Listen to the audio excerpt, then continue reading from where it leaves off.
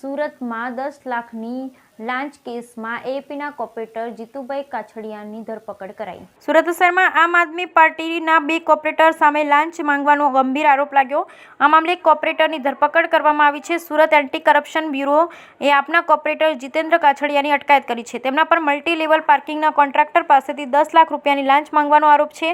આ પહેલા આ જ કેસમાં આપના બીજા કોર્પોરેટર વિપુલ સુહાગિયાની ધરપકડ કરવામાં આવી. કેસની વિગતો મુજબ બંને કોર્પોરેટરોએ પે એન્ડ પાર્ક કોન્ટ્રાક્ટ રદ કરવાની ધમકી આપી કોન્ટ્રાક્ટર પાસેથી 10 લાખ રૂપિયાની લાંચની માંગણી કરી હતી. કોન્ટ્રાક્ટરે આ મામલે પુરાવા સાથે એસીબીમાં ફરિયાદ નોંધાવી હતી. પે એન્ડ પાર્કના કોન્ટ્રાક્ટરે સીસીટીવી ફૂટેજ, ઓડિયો રેકોર્ડિંગ સહિતના પુરાવા એસીબીને સોંપ્યા હતા. આપના 2 કોર્પોરેટરોની સાથે સુરત મહાનગરપાલિકાના એક અધિકારી અને કર્મચારીની પણ સંડોવણી હોવાનો ફરિયાદમાં ઉલ્લેખ કરાયો છે. ફરિયાદમાં રજૂ કરાયેલ ઓડિયો રેકોર્ડિંગના ફોરેન્સિક સાયન્સ લેબોરેટરીમાં મોકલવામાં આવ્યા, જ્યાં તેમની સત્યતા સાબિત થઈ. આ પુરાવાને આધારે જીતેન્દ્ર કાછડિયા અને વિપુલ સુહાગિયા બંનેના આ ગુનામાં આરોપી ઠેરવવામાં આવ્યા. ગુનો નોંધ્યા બાદ જીતેન્દ્ર કાછડિયા ફરાર થઈ ગયા. જોકે એસીબીની ટીમને તેમને શોધી કાઢી અટકાયત કરવામાં આવી.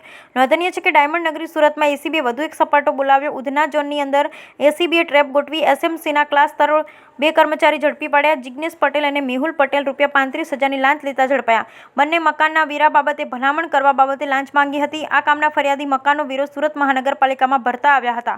જે મકાન વેરો દર 3 વર્ષે રિક્વિઝિશન કરવાનો હતો. જે વેરો રિક્વિઝિશનની કાર્યવાહી કરવાના અવાજ પેટ્યા. કામના આરોપીઓ એકબીજાના મેળાપીપળમાં ફરિયાદી પાસે 35,000 લાંચની માંગણી કરી.